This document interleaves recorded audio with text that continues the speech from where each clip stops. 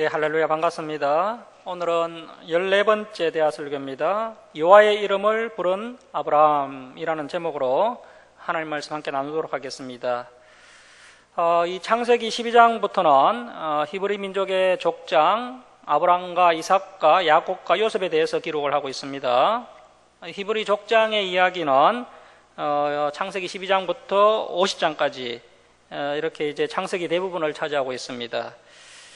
이 믿음의 조상들을 통해서 우리는 신실하신 하나님께서 우리 인간들을 구원하기 위하여 놀랍게 섭리하시는 현장을 우리가 이제 목격하게 될 것입니다. 이 아브라함은 믿음의 조상입니다. 믿음의 표준이 누구냐고 말을 할 때 아브라함이 그 표준이다라고 많은 사람들이 이야기합니다. 아브라함은 100세에 낳은 독자 이삭까지도 번제로 하나님께 바치려고 했던 믿음의 사람입니다. 우리가 이 아브라함처럼 바르게 믿고 바르게 살면 하나님의 복을 풍성하게 받게 될 것입니다. 아브라함의 삶 전체를 살펴보면 아브라함은 정말 대단한 인물임에 틀림이 없습니다. 자, 그런데 사실 이 아브라함이 믿음의 사람이라고 불리어지게 된 것이 하루아침에 이루어진 것이 아니라는 사실입니다. 아브라함은 하나님의 인도하심과 수많은 연단을 거쳐서 비로소 믿음의 사람으로 성장한 것을 알 수 있습니다. 아브라함의 믿음도 사실 아브라함 자신의 노력으로 이룬 것이 아니라 하나님의 은혜로 자라났다는 것을 우리가 알아야 됩니다.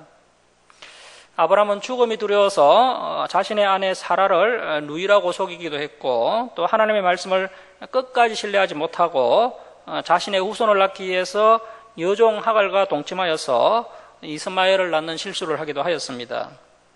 자, 이러한 실수 가운데 다시 하나님의 은혜와 사랑으로 회복을 경험하고 하나님의 복을 받아 누리면서 마침내 믿음의 조상 아브라함으로 성장하게 된 것입니다.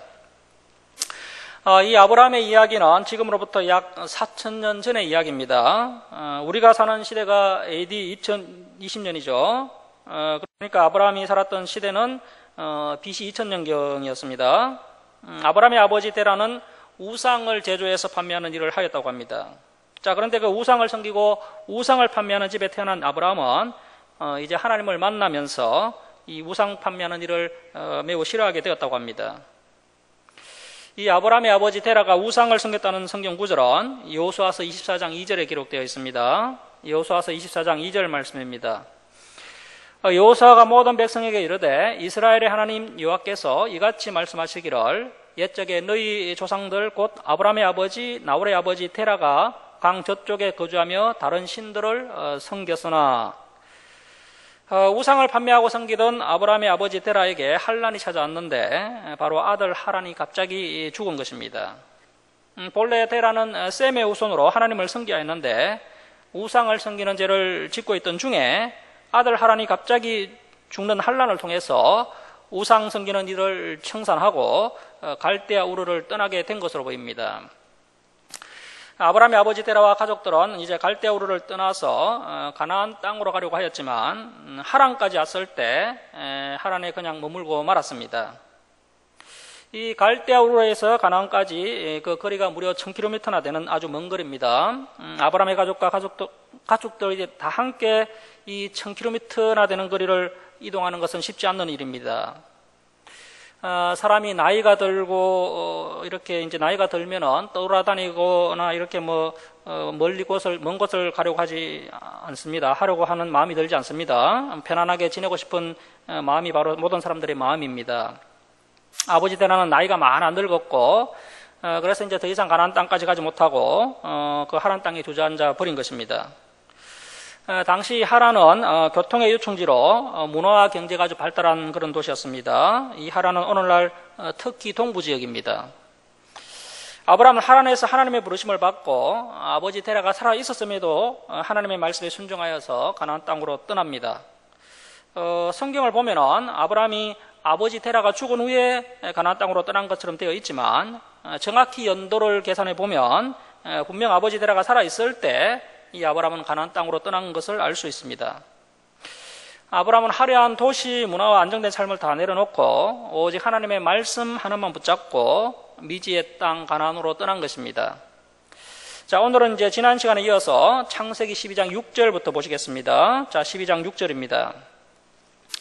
아브라함이 그 땅을 지나 세겜 땅 모래 상수리 나무에 이르니 그때 가나안 사람이 그 땅에 거주하였더라. 아브라함이 아내 사레와 또 조카 롯과 또 하란에서 모은 모든 소유와 또 얻은 사람들을 다 이끌고 가나안 땅으로 떠나서 마침내 가나안 땅에 도착하게 되는데요. 이 아브라함이 가나안 땅에 도착했을 때 그 땅은 빈 땅이 아니라 이미 임자가 있었습니다. 가나안 땅에 사는 가나안 음주민들은 함의 후손들로서 이미 하나님을 떠난 지 아주 오래된 사람들입니다. 온갖 우상들을 섬기고 엄란한 죄를 짓고 있었던 그런 사람들입니다. 자, 그런데 이 제약의 땅인 이 가나안 땅이 바로 하나님의 말씀이 임하는 장소였던 것입니다. 하나님의 능력이 역사하는 믿음의 땅이 우상 충만한 가나안 땅입니다. 아브라함은 이 가나안 땅에 살면서 살아계신 하나님을 증거하는 삶을 살게 됩니다. 가나안 사람들은 아브라함을 통해서 살아계신 하나님을 경험하게 됩니다. 자, 7절 말씀입니다. 여호와께서 아브라함에게 나타나 이르시되 내가 이 땅을 내 자손에게 주리라 하신지라 자기에게 나타나신 여호와께 그가 그곳에서 제단을 쌓고. 하나님께서 가나안 땅을 아브라함의 자손에게 주시겠다고 약속하십니다. 가나안 땅은 아브라함 때부터 이미 하나님께서 이스라엘 백성들에게 주시겠다고 약속하신 그런 땅이었습니다.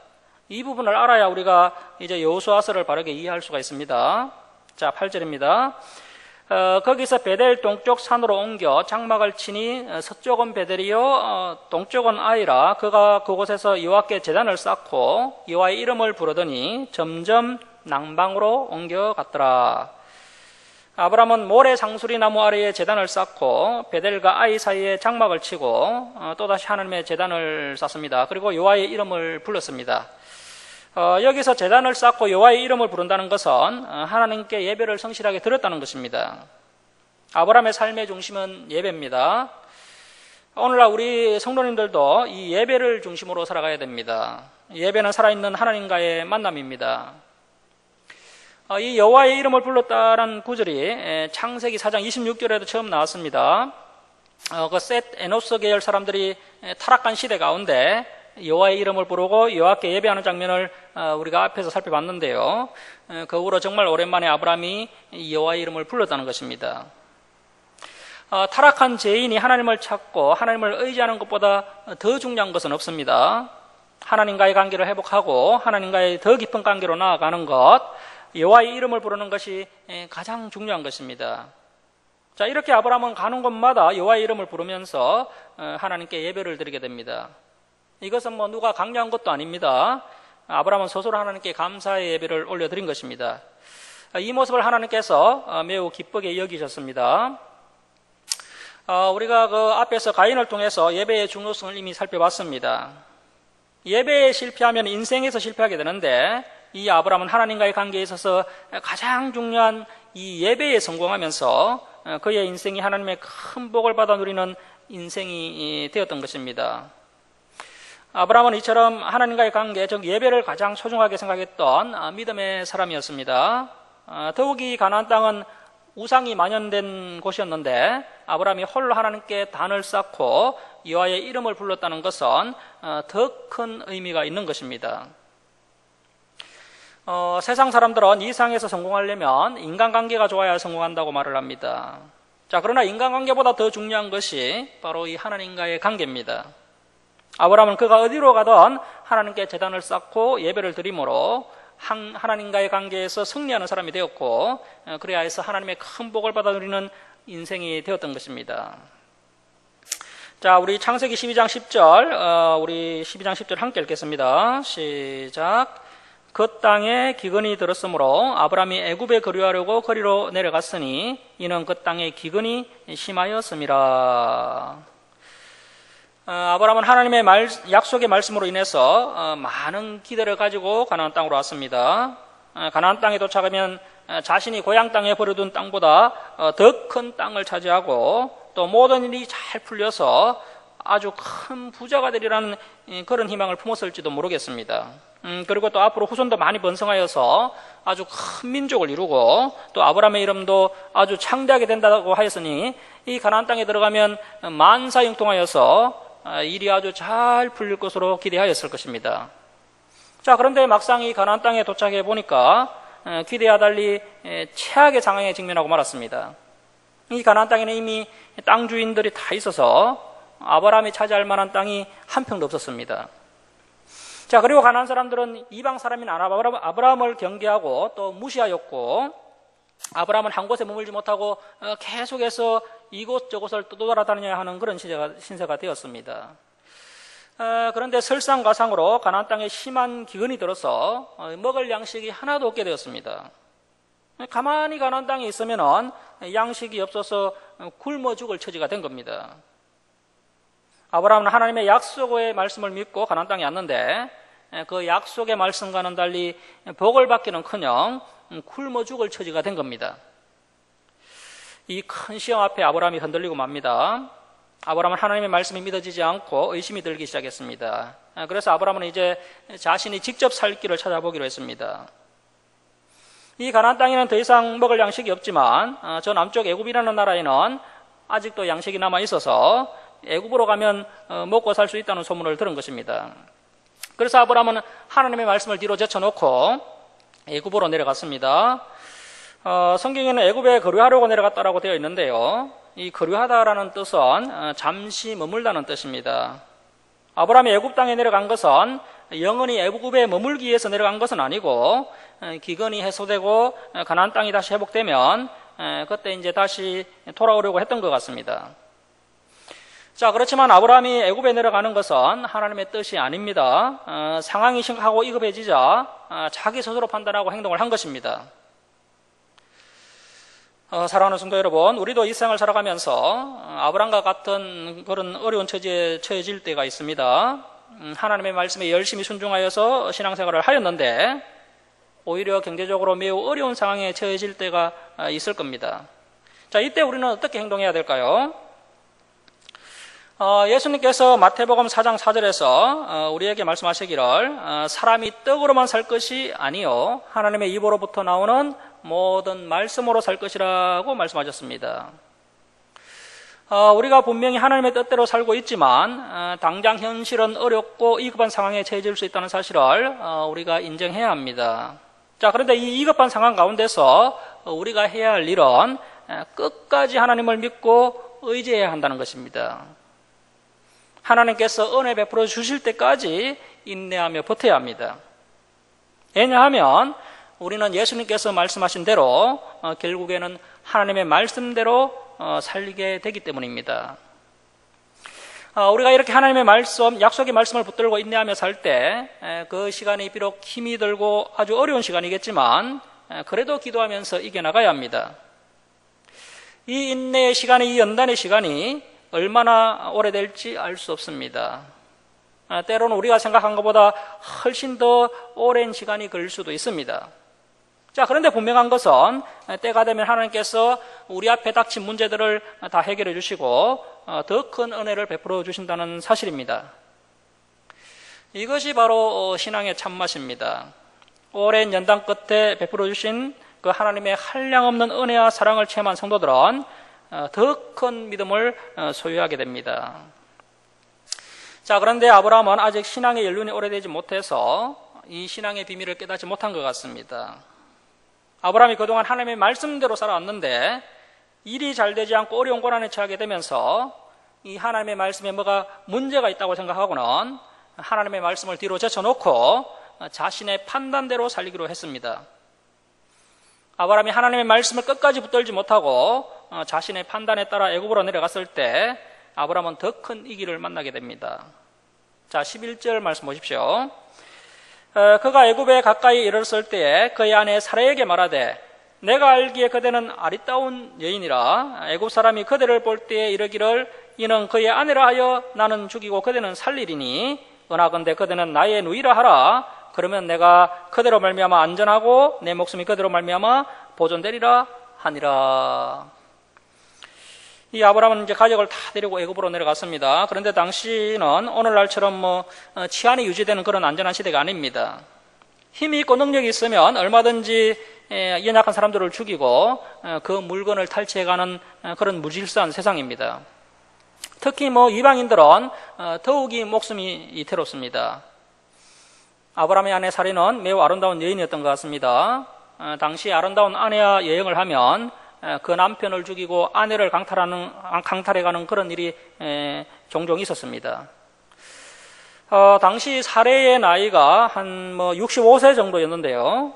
그런데 이 사례가 아주 아름답게 보였다는 겁니다. 이 당시의 사람들은 오늘날 우리보다 수명이 더 길었습니다. 그래서 이제 이 사례의 나이를 오늘날 나이로 환산을 해보면 한 30대 중후반 정도 되는 것 같습니다. 그래서 사례가 충분히 젊고 아름다운 여인으로 보였을 것입니다. 아브라함은 아내의 사례 때문에 자신이 죽는 것이 두려운 나머지 자신을 남편이라고 부르지 말고 오빠라고 불러달라고 했습니다. 아내 사례가 자신의 이복 여동생인 것은 사실입니다. 하지만 사례는 이제 의젓한 아브라함의 아내입니다. 아브라함은 자신이 살기 위해서 아내의 사례의 입장을 전혀 생각하지 않았던 것입니다. 자, 이처럼 아브라함이 하나님의 말씀에서 떠나자 두려움이 몰려왔고 자신의 짧은 생각으로 살 길을 모색했습니다. 그야말로 아브라함의 믿음은 바닥을 치고 말았습니다. 이처럼 믿음의 사람 아브라함도 연약한 부분이 있었다는 것을 이 말씀을 통해서 우리가 발견할 수 있습니다. 아브라함이 이렇게 거짓말을 하고 자신의 능력으로 살 길을 모색하고 나갈 때 오히려 더 큰 위기가 닥쳐왔습니다. 자, 14절 말씀입니다. 아브라함이 애굽에 이르렀을 때 애굽 사람들이 그 여인이 심히 아리따움을 보았고 바로의 고관들도 그를 보고 바로 앞에서 칭찬함으로 그 여인을 바로의 궁으로 이끌어 들인지라. 애굽 사람들은 아브라함의 아내 사레의 미모를 보고 아름답다고 칭찬을 하고 소문을 냈습니다. 이 애굽 사람들은 함 계열이기 때문에 피부가 까맣고 사례는 또 셈 계열이기 때문에 피부가 또 하얀 편입니다. 그래서 애굽 사람들에게 이 사례가 아주 아름답게 보였을 것입니다. 이 사례에 대한 소문이 결국 애굽 왕 바로의 귀에까지 들어가게 됩니다. 애굽 왕 바로는 아브라함에게 이 아름다운 여인이 누구인가 묻자 아브라함은 두려운 나머지 자신의 여동생이라고 말을 하였고 바로는 결혼지참금으로 양과 소와 노비와 또 낙타와 나귀를 잔뜩 안겨주고는 사례를 왕궁으로 데려가 버렸습니다. 자, 16절입니다. 이에 바로가 그로 말미암아 아브라함을 후대함으로 아브라함이 양과 소와 노비와 암수 나귀와 낙타를 얻었더라. 아브라함이 하나님의 말씀에서 떠나자 상황은 더 악화되었습니다. 이제는 아브라함이 해결할 수 없는 그야말로 최악의 상황이 되었습니다. 한 연약한 이방 남자가 애굽 왕 바로를 어떻게 상대하겠습니까? 만약 아브라함이 솔직하게 사례는 나의 아내이니 돌려주시오라고 말을 한다면 앙을 속인 죄로 아브라함은 죽임을 당하게 될 겁니다.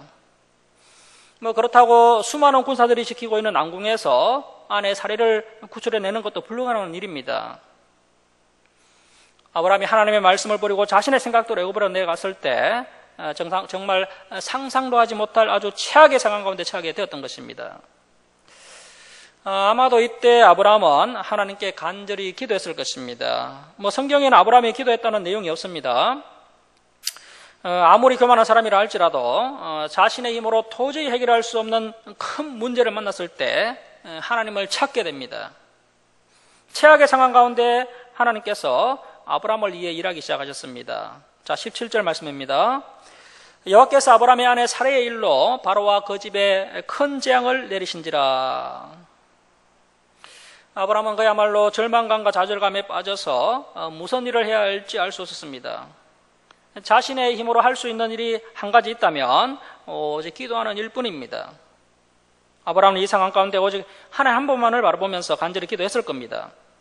하나님께서 아브라함의 기도를 듣고 일하기 시작하셨습니다. 애굽 왕 바로가 아브라함의 아내 사례를 왕궁으로 데려가는 순간 하나님께서 이 왕궁에 큰 재앙을 내리셨습니다. 왕궁으로 끌려간 사례를 지키기 위해서 왕궁에 질병이 돌도록 했던 것입니다. 병에 걸린 바로 왕은 이 사례를 가까이 할 수 없었고 자신이 병에 걸린 이유를 알아본 결과 새로 맞이한 이 아내 이 사례 때문이라는 사실을 알았습니다. 이 왕궁에는 이방신들을 섬기는 제사장들이 있었는데 그들에게서 새로 맞이한 여자 때문에 하나님의 저주를 받게 되었다는 사실을 이 바로왕이 듣고는 아브라함을 불러서 사실 여부를 물어보았습니다.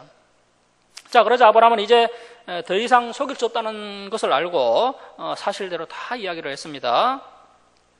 아브라함은 아내 사례가 너무나도 미인이기 때문에 자신이 죽는 것이 두려워서 여동생이라고 속였다라고 말을 했습니다. 그러자 바로왕은 심하게 화를 내었습니다. 18절 말씀 보십시오. 바로가 아브라함을 불러서 이르되 내가 어찌하여 나에게 이렇게 행하였느냐? 내가 어찌하여 그를 아내라고 내게 말하지 아니하였느냐? 내가 어찌하여 그를 누이라 하여 내가 그를 데려다가 아내를 삼게 하였느냐? 내 아내가 여기 있으니 이제 데려가라 하고 바로가 사람들에게 그의 일을 명하매 그들이 그와 함께 그의 아내와 그의 모든 소유를 보내었더라. 이 바로는 아브라함이 자신을 속였다는 것을 알자 너무나도 억울하고 화가 나서 네가 어찌하여 아내라고 사실대로 말하지 않고 누이라고 속였느냐라고 소리를 쳤습니다. 자, 그런데 하나님께서 아브라함과 사례를 지켜주시기 위해서 이 바로왕에게 두려운 마음을 심어주어서 아브라함과 사례는 무사히 풀려나게 되었던 것입니다. 아브라함은 자신이 이제는 꼼짝없이 죽게 되었다고 생각했는데 아내와 함께 무사히 풀려나게 되었습니다. 그리고 바로는 애굽 사람들에게 아브라함과 그의 소유에 절대 손을 대지 말라고 하면서 이렇게 명령을 했기 때문에 아브라함은 모든 소유를 이끌고 안전하게 가나안 땅으로 돌아올 수 있었습니다. 아브라함은 이 일을 통해서 살아계신 하나님의 크신 능력과 큰 은혜를 체험하고 더욱 믿음이 성장하는 계기가 됩니다. 사랑하는 성도 여러분, 우리가 이 세상에서 믿음으로 살아가지만 하나님은 우리 눈에 보이지 않고 때로는 침묵하고 계신 것 같다고 여길 때가 많습니다. 그래서 마음이 조급해지기도 하고 아브라함처럼 인내하지 못하고 내 힘으로 문제를 해결해 보려고 노력하기도 합니다. 자, 그런데 상황은 더 악화되고 우리 힘으로 도저히 문제를 해결할 수 없다는 것을 깨달으면 우리는 하나님 한 분만을 붙잡고 간절히 기도하게 됩니다. 우리가 처음부터 하나님께 기도하면 좋으련만 우리 인간들은 너무나도 교만하여서 일이 잘 되고 우리 힘으로 해결할 수 있다는 생각이 들면 기도하지 않습니다. 자, 그런데 사실 이 세상은 우리가 생각하는 것처럼 그렇게 호락호락하지 않습니다. 현실은 매우 복잡하고 또 여러 상황들이 겹쳐 있어서 우리의 생각대로 상황이 흘러가지 않을 때가 많습니다. 우리는 우리의 힘으로 이 세상에서 절대 승리할 수 없다는 사실을 빨리 깨달아야 됩니다. 우리가 승리할 수 있는 방법은 오직 하나님과 동행하며 나아갈 때입니다. 하나님의 능력으로 우리는 이 영적인 전쟁에서 승리할 수 있습니다. 왜냐하면 사탄의 능력은 하나님보다는 못하지만 인간들보다 훨씬 더 대단한 신적인 능력을 소유하였기 때문입니다. 우리의 힘으로는 절대 이 약한 영들을 이길 수 없습니다. 그래서 많은 연단을 받고 믿음이 자라난 성도들은 이 사실을 깨닫고 더욱 겸손하게 하나님의 인도하심을 따라 한 발 한 발 걸어가게 되는 것입니다. 자, 이제 창세기 13장으로 갑니다. 창세기 13장 1절 말씀 보시겠습니다. 아브라함이 애굽에서 그와 그의 아내와 모든 소유와 롯과 함께 네겝으로 올라가니 아브라함에게 가축과 은과 금이 풍부하였더라. 이 아브라함의 재산 상당 부분은 애굽 왕 바로에게서 받은 것입니다. 자, 3절 보시면 그가 네겝에서부터 길을 떠나 베델에 이르며 베델과 아이 사이 곧 전에 장막 쳤던 곳에 이르니 그가 처음으로 제단을 쌓은 곳이라 그가 거기서 여호와의 이름을 불렀더라. 자, 아브라함은 다시 하나님의 말씀을 붙잡기 위해서 처음 하나님께 예배를 드렸던 베델과 아이 사이로 돌아왔습니다. 그리고 그곳에서 하나님께 예배를 드렸습니다. 자, 이처럼 우리가 드리는 이 예배는 매우 중요합니다. 이 예배를 통해서 다시 하나님을 만나 뵐 수 있기 때문입니다. 예배를 통해서 다시 하나님의 말씀을 들을 수 있고 그 말씀 속에서 우리는 인생의 해답을 찾을 수 있고 또 하나님의 인도를 받을 수 있습니다. 성도 여러분, 홍 여러분들 중에서 지금 길을 잃고 방황하는 성도님들이 계십니까? 어떻게 해야 할지, 어디로 가야 할지, 무슨 일을 해야 할지 도저히 알 수 없는 상황 가운데 처한 성도님들이 계십니까? 예배 가운데 하나님을 만나시길 축원합니다. 하나님의 말씀을 붙잡으시기 바랍니다. 하나님께서 다시 바른 길로 인도해 주시고 인생의 해답을 알려주실 것입니다. 아브라함은 비록 하나님의 은혜로 애굽을 탈출하였지만 여전히 영적으로 만족하지 못한 상태입니다. 그래서 아브라함은 하나님의 말씀 가운데 회복되기 위해서 최근에 하나님의 은혜를 받아 누렸던 바로 그 베델과 아이 사이로 돌아온 것입니다. 우리에게 하나님의 은혜가 떠나고 복음의 열정이 식고 신앙이 싸늘하게 식어가고 있다면 어떻게 해야 할까요? 하나님의 말씀이 살아있는 예배의 장소로 빨리 나와서 하나님의 말씀을 들어야 합니다. 이처럼 아브라함이 다시 가나안 땅으로 돌아온 것은 매우 잘한 것입니다. 자, 그런데 이 일로 인해서 또 다시 새로운 갈등이 일어나게 됩니다. 자, 바른 판단을 내리고 하나님이 기뻐하는 일을 하는데도 또 새로운 갈등이 일어나고 있습니다. 그 갈등은 바로 조카 롯의 목자들과 또 아브라함의 목자들 사이에서 싸움이 일어난 것입니다. 왜냐하면 가축은 늘어나고 목초지가 부족해지자 서로 좋은 목초지에서 가축을 치기 위해서 싸움을 한 것입니다. 자, 그래서 우리가 하나님의 뜻대로 바르게 행동할 때 그때도 우리에게 여러 가지 문제가 발생될 수 있음을 알아야 합니다. 왜냐하면 모든 성도들이 다 영적으로 건강하지 않기 때문입니다. 믿음이 약하고 어린 사람들은 하나님의 뜻을 분별하지 못하고 여전히 욕심 가운데 살고 또 자신의 생각대로 행동을 하다 보니까 여전히 만족하지 못하고 불평불만이 쏟아지는 것입니다. 우리가 믿음의 길을 걸어갈 때 그 길이 때로는 힘들어도 또 주님을 바라보며 즐겁게 걸어가는 그런 참 성숙한 성도들도 있는가 하면 또 믿음이 부족하여서 주님을 바라보지 못하고 현실을 바라보면서 불평 가운데 걸어가는 성도님들이 있습니다. 아브라함의 조카 롯은 아직도 믿음이 자라지 못하고 자신의 욕심대로 살아가는 사람입니다. 좁은 목초지가 있는 베델과 아이 사이로 돌아오자 물과 목초지가 부족해졌고 그래서 서로 좋은 것을 차지하려고 싸움을 하였던 것입니다. 자, 창세기 13장 5절 말씀 보시겠습니다. 아브라함의 일행 롯도 양과 소와 장막이 있으므로 그 땅이 그들이 동거하기에 넉넉하지 못하였으니 이는 그들의 소유가 많아서 동거할 수 없었음이니라. 그러므로 아브라함의 가축의 목자와 롯의 가축의 목자가 서로 다투고 또 가나안 사람과 브리스 사람도 그 땅에 거주하였는지라. 다툼의 원인이 다른 것이 아니라 목초지가 부족하고 물이 부족했기 때문입니다. 사실 가축을 기르는 유목민에게는 풀이 풍성한 목초지 그리고 깨끗한 물은 생명과 같은 것입니다. 아브라함 소유의 가축도 많아지고 조카 롯의 소유도 많아졌기 때문에 같은 장소에서 함께 목축을 하며 살아가는 것이 점점 어렵게 되었습니다. 아브라함과 조카 롯만 있는 것이 아니라 가나안 족속과 브리스 족도 이미 그곳에 정착해서 살고 있었기 때문에 모든 것이 부족해졌습니다. 그래서 목자들이 서로 다투는 일이 많아지게 되고 갈등은 점점 커져만 갔습니다. 자, 8절 말씀 보십시오. 아브라함이 롯에게 이르되 우리는 한 친족이라 너나 내 목자나 서로 다투게 하지 말자. 내 앞에 온 땅이 있지 아니하냐. 나를 떠나가라. 네가 자하면 나는 우하고 네가 우하면 나는 자하리라. 아브라함은 조카 롯을 위해서 가장 좋은 땅을 우선적으로 선택할 수 있는 기회를 양보하였습니다. 아브라함은 목초지를 가지고 조카 롯과 다툰다면 하나님께서 기뻐하시지 않는다는 것을 알았습니다.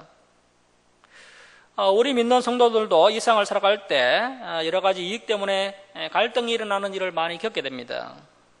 때론 친구들이나 가족들 간에도 이런 문제가 일어날 수 있습니다. 그때 아브라함처럼 양보하는 믿음의 성도들이 되었으면 좋겠습니다. 이 아브라함은 사람이냐 물질이냐 하는 문제에 있어서 단호하게 사람을 선택하였습니다. 그런데 이것이 하나님의 테스트였습니다.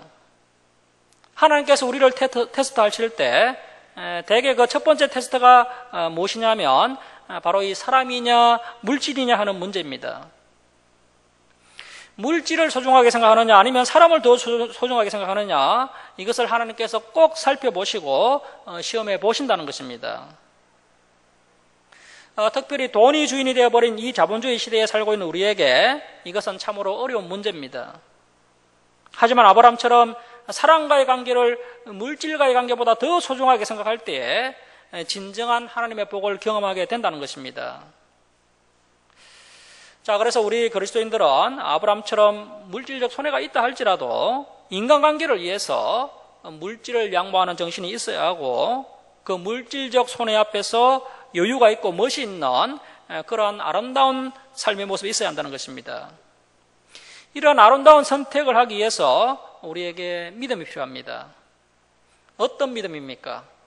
하나님께서 우리가 양보하고 손해본 것보다 훨씬 더 좋은 것으로 풍성하게 채워주신다는 그러한 믿음이 우리에게 필요합니다. 자, 10절 말씀 보십시오.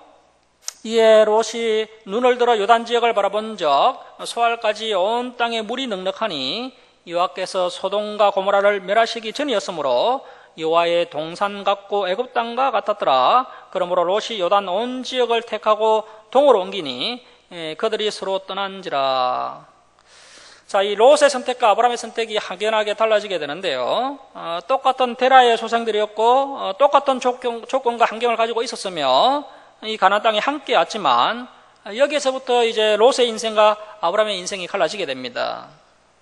자, 12절입니다. 아브라함은 가나안 땅에 거주하였고 이 아브라함과 롯의 선택은 전혀 달랐습니다. 가나안 땅이 하나님께서 선택하신 땅이며 장차 하나님께서 아브라함에게 주실 땅이며 그 땅에서 놀라운 복이 시작될 것을 아마 롯도 이 아브라함을 통해서 다 전해 들었을 것입니다. 하지만 육신의 정욕과 안목의 정욕으로 인해서 롯은 아쉬운 선택을 하게 됩니다. 자, 아브라함은 가나안 땅에 거주하였고 롯은 그 지역의 도시들에 머무르며 그 장막을 옮겨 소돔까지 이르렀더라. 아브라함이 살던 당시에 가장 살기 좋은 장소는 바로 요단 지역이었습니다. 이 요단 지역은 오늘날 그 사해 바다가 있는 지역인데요. 이 사해 바다는 사실 바다라기보다는 커다란 호수인데 이 염분이 일반 바다의 5배나 되어서 물고기 같은 생물이 거의 살지 못한다고 합니다. 이 사해 바다 근처에 이 소돔과 고모라가 있었습니다. 이 지역은 아브라함 시대에는 목조지가 풍성하고 또 농작물도 아주 잘 되어서 소돔과 고모라 같은 아주 큰 도시가 형성되었고 많은 사람들이 모여 살았습니다. 이 소돔과 고모라가 있는 요단 지역이 얼마나 수풀이 많이 우거지고 살기가 좋았던지 마치 여호와의 동산 같았다라고 성경은 말씀하고 있습니다. 이 좋은 땅에서 가축을 치면 금방 숫자가 불어나게 될 것입니다. 아브라함도 탐이 날 만한 장소였지만 아브라함은 조카 롯에게 양보를 합니다. 조카 롯은 눈에 보기에 좋은 소돔과 고모라가 있는 이 요단 지역을 선택하고 떠납니다. 자, 그런데 롯이 미처 깨닫지 못한 것은 눈에 보기에 풍요롭고 살기 좋은 곳이지만 이 소돔과 고모라는 영적으로 너무 악하고 죄가 많은 곳이어서 하나님의 심판을 앞둔 그런 장소라는 사실을 미처 알지 못했습니다. 롯은 점점 소돔 쪽으로 다가가다가 결국에는 죄악의 도시 소돔에 머무르게 됩니다. 자, 13절 말씀입니다. 소돔 사람은 여호와 앞에 악하며 큰 죄인이었더라. 롯은 당장 눈에 보기에 좋고 자신의 이익이 되는 것만 생각했습니다. 영적인 유익이 되는 일은 전혀 중요하게 생각하지 않았습니다. 롯은 소돔이 음란하고 악하다는 소문을 들어서 이미 알고 있었을 것입니다. 자, 그러나 소돔은 너무나도 살기에 좋았고 큰 도시가 형성되어 있었고 그야말로 모든 것이 풍성하였습니다. 롯은 자신의 상황이 어떻게 되고 있는지 또 자신의 신앙이 어떻게 되고 있는지를 전혀 알지 못했습니다. 전혀 영적인 상황을 깨닫지 못했습니다. 하나님과 동행하는 성도들은 일을 행하기 전에 하나님께 기도하고 말씀을 읽으면서 하나님의 뜻을 묻고 또 하나님이 기뻐하는 일을 합니다. 그런데 영적으로 깨어있지 못한 성도들은 영적으로 유익이 되는 일보다 당장 물질의 필요를 채워주고 또 물질적으로 풍성한 것을 우선적으로 선택합니다. 자, 그런데 결국에는 이것이 아주 크게 실패하는 계기가 된다는 사실을 깨닫지 못합니다.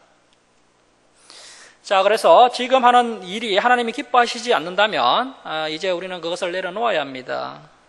그것을 내려놓지 못하고 계속 그 길로 걸어간다면 하나님과 점점 멀어지게 되고 결국에는 큰 실패를 경험하게 됩니다. 사랑하는 성도 여러분, 지금 하고 있는 그 일이 하나님이 기뻐하시는 일인지 한번 점검해 보시기 바랍니다. 만일 내가 하는 일이 하나님께서 기뻐하시기는커녕 죄와 가까워지고 있다면 서둘러서 그 일을 중단해야 됩니다.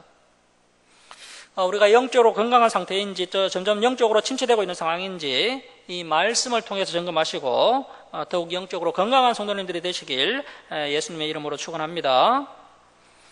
자, 아브라함은 하나님의 말씀을 붙잡고 끝까지 하나님만을 의지했습니다. 하나님의 말씀을 붙잡고 믿음으로 살고 있는데도 조카 롯과의 갈등은 커져갔고 결국에는 롯을 떠나보내야만 했습니다. 믿음이 부족한 사람 같으면 또 큰 시험에 들 만한 일입니다. 그런데 아브라함은 비록 섭섭한 마음은 감출 길이 없었지만 끝까지 하나님만을 바라보았습니다. 자, 그런데 놀라운 것은 이 모든 것이 하나님의 시험 가운데 하나였으며 이 조카 롯이 이제 아브라함 곁을 떠나자 아브라함에게 하나님의 말씀이 임하고 다시 아브라함에게 영적 부흥이 일어나게 됩니다. 자, 14절 말씀 보십시오. 14절 말씀 우리 함께 읽겠습니다. 시작. 롯이 아브라함을 떠난 후에 여호와께서 아브라함에게 이르시되 너는 눈을 들어 너 있는 곳에서 북쪽과 남쪽 그리고 동쪽과 서쪽을 바라보라. 아들 같았던 조카 롯이 떠나자 마음이 허전하고 서서하고 애로운 가운데 있던 아브라함에게 하나님의 말씀이 임하셨습니다. 하나님은 아브라함의 선택에 대해 매우 만족하시고 기뻐하셨습니다.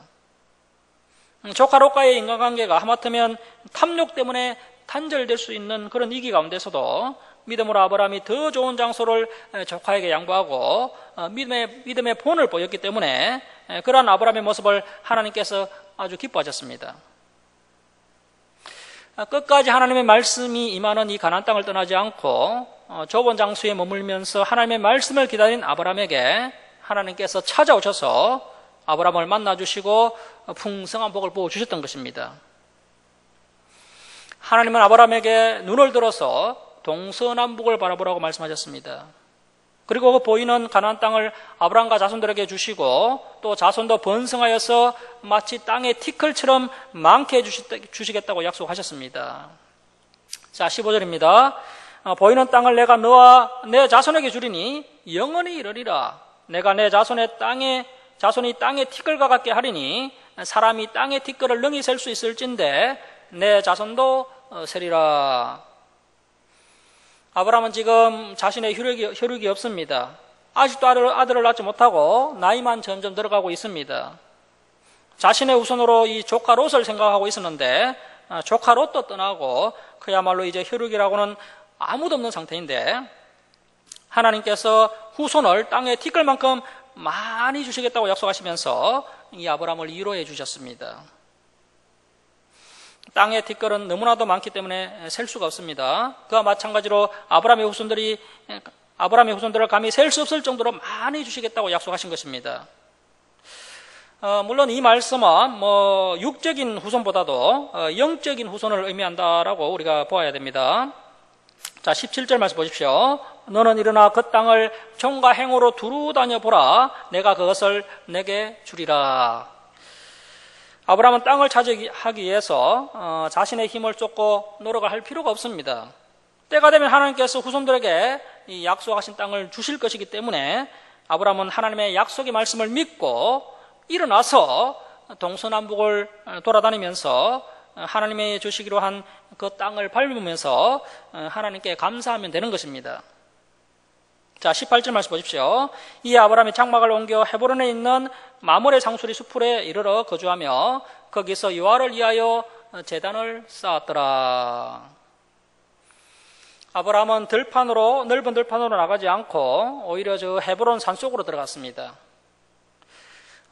출애굽기를 보면 이 헤브론 땅을 나중에 유다지파 갈렙이 차지하게 됩니다. 그리고 다윗이 유다지파 양으로 등극할 때 올라갔던 성읍이 바로 이 헤브론입니다. 아브라함은 이 헤브론에서 하나님의 말씀을 붙잡고 하나님의 인도하심을 구하며 살기로 하였습니다. 아브라함은 헤브론의 마므레 상수리 수풀에 거주하며 하나님의 제단을 쌓고 하나님께 예배를 드렸습니다. 하나님께서 풍성하게 부어주신 영적인 복을 믿음으로 받고 하나님께 감사 예배를 올려드린 것입니다. 사실 아브라함이 받은 땅과 수많은 후손들은 아브라함이 받은 영적인 복에 비하면 아주 작은 것에 불과합니다. 아브라함이 받은 가장 큰 복은 영원한 하나님 나라를 상속으로 받은 것입니다. 이것이 가장 큰 복입니다. 그리고 아브라함은 하나님의 창조 사역에 귀하게 쓰임받는 일꾼이 되었다는 것입니다. 아브라함을 통해서 하나님께서 구원의 역사를 이루셨습니다. 믿음의 조상 아브라함으로부터 예수님께서 이 땅에 오시게 되었고 예수님의 그 십자가 사역을 통해서 이제 수많은 아브라함의 영적 후손들이 계속해서 생겨나고 있습니다. 그래서 이 아브라함이 바로 우리의 복의 근원이 된 것입니다. 말씀을 마치도록 하겠습니다. 사랑하는 성도 여러분, 오늘 이 말씀을 통해서 우리가 두 가지 중요한 점을 배워야 합니다. 아브라함이 가나안 땅에 들어와서 실수를 하긴 했지만 미신 충만한 가나안 땅에서 아브라함은 가는 곳마다 제단을 쌓고 하나님께 예배를 드렸다는 것입니다. 아브라함은 예배에서 승리하였습니다. 자, 그리고 아브라함은 사람이냐 물질이냐 하는 시험에서 단호하게 사람을 선택했다는 것입니다. 저와 여러분이 아브라함을 본받아서 예배에서 승리하는 성도님들이 다 되었으면 좋겠습니다.